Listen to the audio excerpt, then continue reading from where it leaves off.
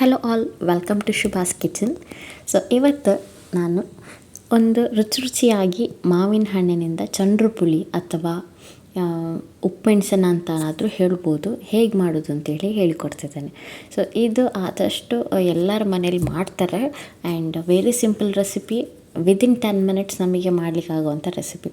So ಈ ಮಾವಿನ ಹಣ್ಣು ನಾನು ಇಲ್ಲಿ ಕಾಡು ಮಾವಿನ ಹಣ್ಣು ಯೂಸ್ ಮಾಡಿದ್ದೇನೆ. ಸೊ ನಮ್ಮ ಹಳೆ ಮೆಮೊರೀಸ್ ಎಲ್ಲ ಇದ್ರ ಜೊತೆ ಉಂಟು. ಏನಂತ ಹೇಳಿದ್ರೆ, ಊಟ ಮಾಡ್ತಾ ಇರ್ತೇವೆ, ಊಟ ಆದಮೇಲೆ ಕರೆಂಟ್ ಇರ್ತದಲ್ಲ ಪ್ಲೇಟಲ್ಲಿ, ಆ ಕರೆಂಟ್ನ ಸುಮ್ಮನೆ ನಾವು ಎಸಿತಿರಲಿಲ್ಲ.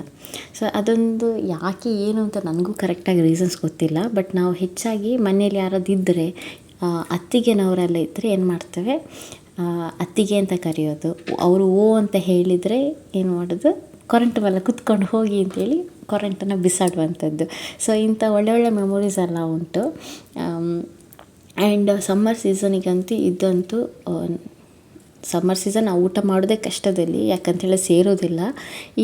ಈ ಚಂದ್ರಪುಳಿ ಅಥವಾ ಉಪ್ಪೆಣಸಿದ್ರೆ ಅಂತೂ ಊಟ ಅಂತೂ ಗಮ್ಮತ್ತಾಗಿ ಸೇರ್ತದೆ.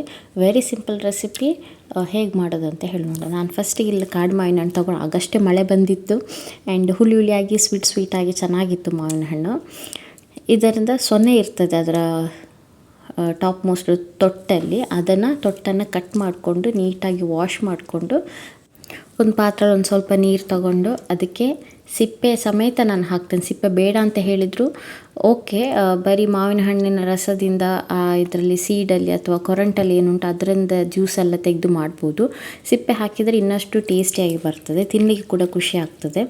ಅದನ್ನು ನೀಟಾಗಿ ಸ್ಮ್ಯಾಶ್ ಮಾಡ್ಕೋಬೇಕು, ಅದರಲ್ಲಿ ಇದ್ದಂಥ ಎಲ್ಲ ಜ್ಯೂಸ್ ಅದು ಬಿಟ್ಕೊಳ್ಬೇಕು. ಅಲ್ಲಿ ತನಕ ನೀಟಾಗಿ ಸ್ಮ್ಯಾಶ್ ಮಾಡಿಕೊಂಡು ಹಾಗೆ ಅದಕ್ಕೆ ಬೇಕಾದಷ್ಟು ಗ್ರೀನ್ ಚಿಲ್ಲೀಸ್ ಹಾಕ್ಕೊಳ್ಬೇಕು. ಈ ಗಾಂಧಾರಿ ಮೆಣಸು ಅಂತ ನಾವು ಹೇಳ್ತೇವೆ ಈ ಕಡೆ ಮಂಗಳೂರು ಸೈಡ್. ಸೊ ಅದನ್ನು ಕೂಡ ಯೂಸ್ ಮಾಡ್ಬೋದು, ಅದನ್ನ ಇನ್ನಷ್ಟು ಟೇಸ್ಟಾಗಿ ಕೊಡ್ತದೆ. ಮೆಣಸು ಖಾರ ಇದ್ದರೆ ನೋಡಿಕೊಂಡು ಜಜ್ಜಿ ಹಾಕಿ, ಇಲ್ಲ ಅಂತ ನಾನು ಯೂಸ್ ಮಾಡಿದಂಥ ಮೆಣಸು ಖಾರ ಇರಲಿಲ್ಲ, ಹಾಗಾಗಿ ನಾನು ಅದನ್ನು ನೀಟಾಗಿ ಕೈಯಲ್ಲೇ ಸ್ಮ್ಯಾಶ್ ಮಾಡಿಕೊಂಡೆ. ಆ್ಯಂಡ್ ರುಚಿಗೆ ತಕ್ಕಷ್ಟು ಉಪ್ಪು ಹಾಕ್ಕೊಳ್ಳಿ, ಒಂದು ಸ್ವಲ್ಪ ಬೆಲ್ಲ ಹಾಕ್ಕೊಂಡು ಇನ್ನೂ ಸ್ಮ್ಯಾಶ್ ಮಾಡಿ ನೀಟಾಗಿ ಸ್ಮ್ಯಾಶ್ ಮಾಡಿಕೊಂಡು ಒಂದು ಸ್ವಲ್ಪ ಹೊತ್ತು ಸೈಡಿಗೆ ಇಟ್ಟರೆ ಈ ಉಪ್ಪುಮೆಣಸು ರೆಡಿ ಆಗ್ತದೆ.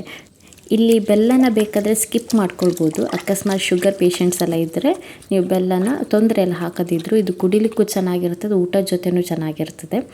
ಆ್ಯಂಡ್ ಟ್ರೈ ಮಾಡಿ ನೋಡಿ. And thank you for watching. Thank you.